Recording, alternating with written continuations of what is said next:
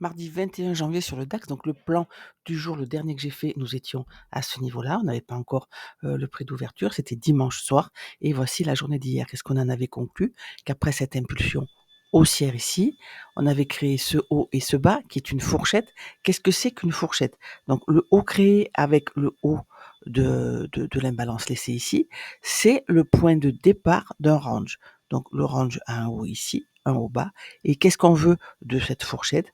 On veut, pour créer le range, prendre les deux côtés, le bas et le haut, et ensuite avoir une direction. Comme on l'a fait ici, impulsion haussière. On veut prendre le haut et le bas avant d'avoir une indication.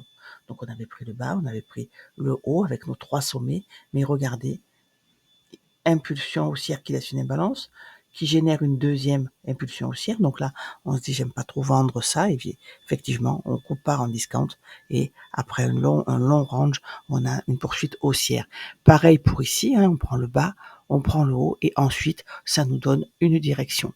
Aujourd'hui, on va voir ce qui se passe. On va passer en grande unité de temps. On va noter le plus haut et le plus bas de la veille parce que là, je n'ai pas fait mes charts d'hier. Je suis rentré tard. Donc là, ce que je remarque, moi, à première vue, c'est que pendant l'Asian, on a une mèche qui a été prendre le plus haut d'hier.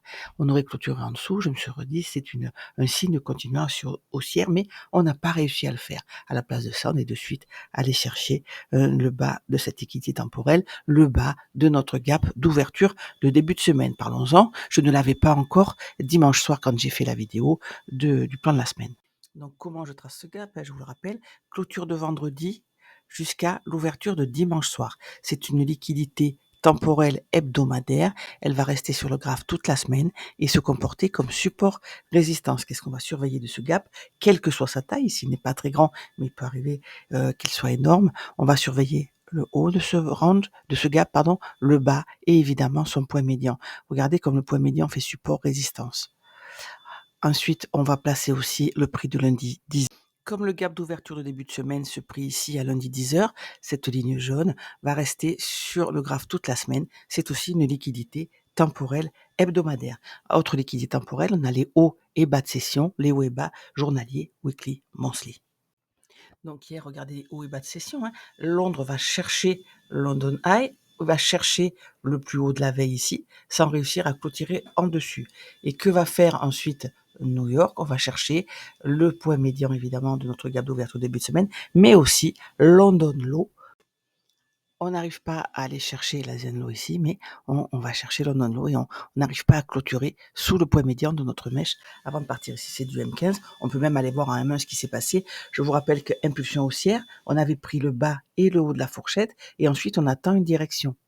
Ici, on voit qu'on crée donc notre imbalance. Ici, on a un retracement. On va chercher cet order block. Hein, on n'arrive pas à clôturer en dessous. En M15, on n'a pas vraiment d'indication. Il fallait aller la chercher en plus petite unité de temps. Donc, on va aller voir maintenant pour aujourd'hui. Vous voyez que on a retracé entièrement New York. On a pris cette liquidité et on a été chercher New York en bas.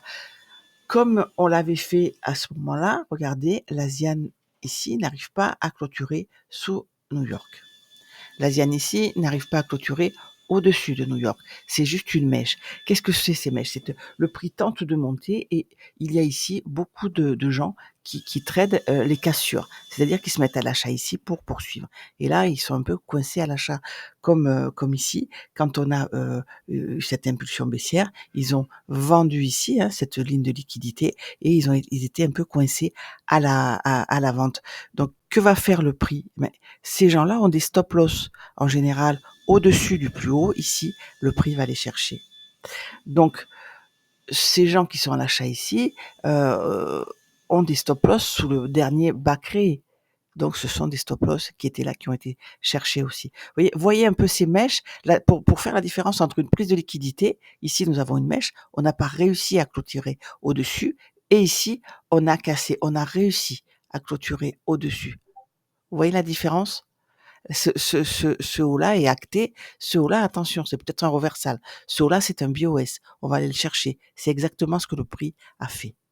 Donc le weekly à gauche et le H4 à droite, excusez-moi pour le croisement sur ma souris, mais c'est vraiment pour repérer les niveaux. On voit que cette bougie weekly à gauche ici n'aura pas cette tête-là en fin de semaine. Si on était vendredi soir et qu'elle soit clôturée, on aurait laissé cette imbalance. Ce n'est pas le cas. On a juste été chercher à droite, on le voit H4 avec une mèche H4 le bas de notre gap d'ouverture début de semaine et on a une première tentative haussière ici. On va peut-être la retracer ou elle va rester là avec des traders piégés à l'intérieur pour aller plus bas. Plus bas, qu'est-ce que c'est que ces traits en weekly à gauche, on voit qu'on a ce market shift en bleu, le plus haut mensuel qu'on a cassé ici, avec la bougie de la semaine dernière. Et en H4, on a ce market shift en bleu ici et le haut de cette imbalance créée. On n'a pas encore été le chercher. Nous avons aussi en vert et en rouge le plus bas et le plus haut d'hier. Pourquoi j'ai mis des pointillés ici? Quand on a créé cette fourchette, vous voyez que la bougie a été chercher cette liquidité sans réussir à clôturer avant de partir et on a laissé ce bas ici non manipulé. Donc on peut le considérer comme le haut de ce qui reste d'une imbalance, mais on doit prendre en compte le fait que on est venu déjà chercher cette liquidité, ce qui en fait un haut assez fort. Si on casse en dessous, attention, on va forcément aller chercher la liquidité disponible plus bas. Donc, ce qu'on constate en H4 tout de suite, c'est qu'on a pris le plus haut avec une mèche et qu'on a eu cette mèche là, cette impulsion baissière qui a été chercher nos niveaux en dessous sans réussir à clôturer sous le plus bas d'hier. La H4 actuelle n'est pas validée, il reste 33 minutes de vie, mais elle a ouvert en gap baissier. Ce qu'on peut voir si on agrandit ici, vous voyez la bougie H4 à droite, elle a ouverte en laissant un espace, elle a laissé un gap baissier. On n'a pas réussi à passer au-dessus. On a juste été chercher avec une mèche ici, mais on a eu une poursuite baissière. Donc attention, on va voir, ça doit être intéressant. Ici, on va voir un setup baissier forcément en M15. M15, pourquoi? C'est la fractale du H4 et on va voir ce qu'il a été cherché comme liquidité et si ça suffit ou si on peut espérer aller chercher le plus bas d'hier. Donc on voit qu'en H4, on a l'eau d'autre balance ici, à gauche. Et regardez, quand on reporte sur le M15, il y a un bas plus bas ici. C'est toujours l'unité de temps supérieure qui est plus forte ou qui a plus de poids quand on décide de chercher nos niveaux remarquables, nos niveaux possibles d'intervention. C'est-à-dire que si on y va, on va avoir forcément, si on a un reversal ici, envie de l'acheter et ce sera tout à fait valable. Même si, attention, on a créé on aura créé un support résistance ici sous la forme du plus bas d'hier qui aura été cassé évidemment si on clôture en dessous pour aller chercher ce niveau. Vous voyez la différence entre clôturer en dessous et une mèche qui piège un petit peu les traders et qui est une prise de liquidité. Ici on a clôturé au-dessus, on a un BOS. Ici on a pas réussi à clôturer en dessous, c'est une prise de liquidité. Regardez ce qu'a fait le prix. On n'a pas été chercher l'Asian Low ici. Par contre, on a une réaction comme attendu sur notre liquidité temporelle hebdomadaire, notre niveau jaune, notre prix de lundi 10 heures. Que peut faire cette petite remontada, vous le savez maintenant, entre la fin de l'Asian et le début de Londres, on prépare le setup de la matinée. Là, il peut peut-être tout simplement remonter, chercher, on a ici un volume imbalance, on peut très bien remonter, chercher ce niveau-là, donc qui a créé un order block sous la forme de cette bougie haussière ici. Donc l'order block serait au 21 115, je suis sur le Rex, sur le DAX Futures, on peut très bien aller chercher ce niveau. Entre les kill zones, les setups ont moins de poids, moins de valeur. Donc un niveau remarquable, une kill zone, nos setups seront toujours plus travaillables entre guillemets. Donc en M15, on a tracé ce Fibo. Je vous explique. Ici, on part de la liquidité qu'on a laissée en haut et on va chercher le zéro sur la liquidité créée. Pourquoi? Parce qu'on a cette impulsion haussière et on va voir un petit unité de temps qu'on a eu un petit setup haussier. C'est un petit moyen mémotechnique, un petit outil, si comme le reste, si ça vous parle pas, laissez-le, hein. Quand on retrace, on va chercher notre équilibrium, donc au-dessus, c'est du premium, en dessous, c'est du discount et ici, c'est le départ de l'OTE, 0,62. Vous savez que la zone, l'OTE, c'est une zone optimale d'entrée, elle va jusqu'au 0,7, 0,79 exactement, mais c'est le début de la zone, c'est ce qui nous intéresse. Et on a laissé quoi? Pourquoi j'ai marqué liquidité temporelle, externe ici en bas, alors qu'on voit bien que la liquidité externe, elle est en haut? Parce qu'en H4, nous sommes haussiers. Parfait, liquidité externe qui a laissé, le prix va retracer, chercher une liquidité interne pour monter. Mais dans notre petite unité de temps, On a laissé un haut non manipulé, on a eu une impulsion baissière. Nous sommes baissiers dans une petite unité de temps puisque, bon, bah, là, on n'a pas clôturé en dessous, mais c'est vraiment pour vous expliquer comment interpréter ce petit outil.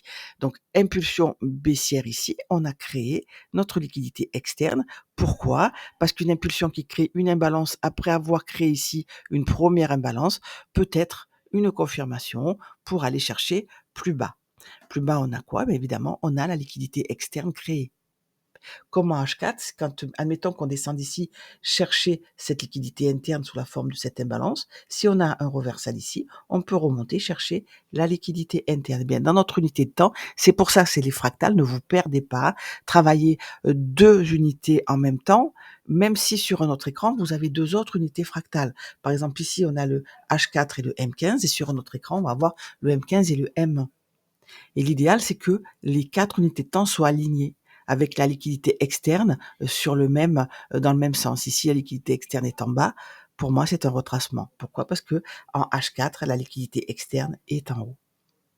L'avantage, c'est qu'on sait qu'on peut potentiellement chuter ici dans l'OTE, aller chercher une première fois l'équilibrium, retracer dans un PO et haussier, aller chercher l'OTE et puis chuter pour aller chercher la liquidité externe. Faire des equals, la prendre, clôturer en dessous, pourquoi pas, si c'est le cas, on ira probablement chercher les 0,27.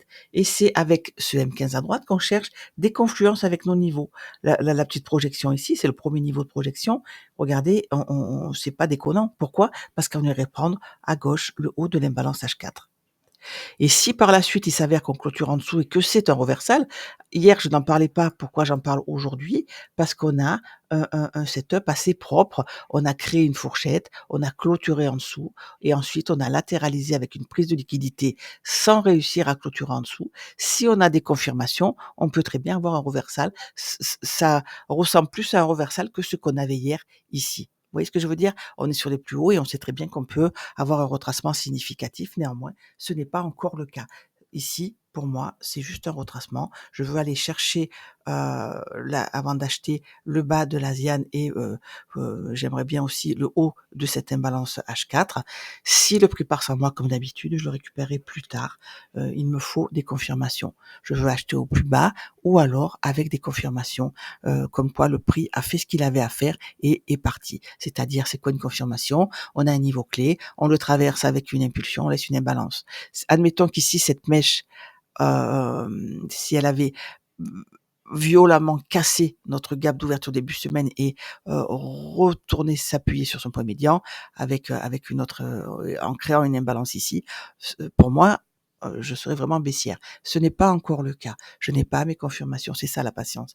De se dire voilà, j'ai trop de confluence contre moi pour engager de l'argent dans un trade. Donc vous l'avez compris, je vais attendre de voir ce qui se passe ici pour, pour l'acheter plus tard. Pour le moment, j'attends et si le prix short ici au niveau de l'open à 9h heure de Paris, je pourrais le shorter.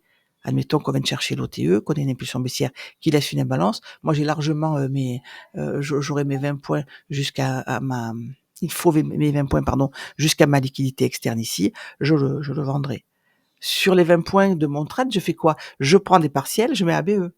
Je reprends des partiels à 40 points et ensuite, je solde à 80 où je vais chercher de la liquidité externe si mes unités de temps sont alignées. Admettons qu'ici, on clôture en dessous. On clôture en dessous, on s'appuie et j'ai un short ici.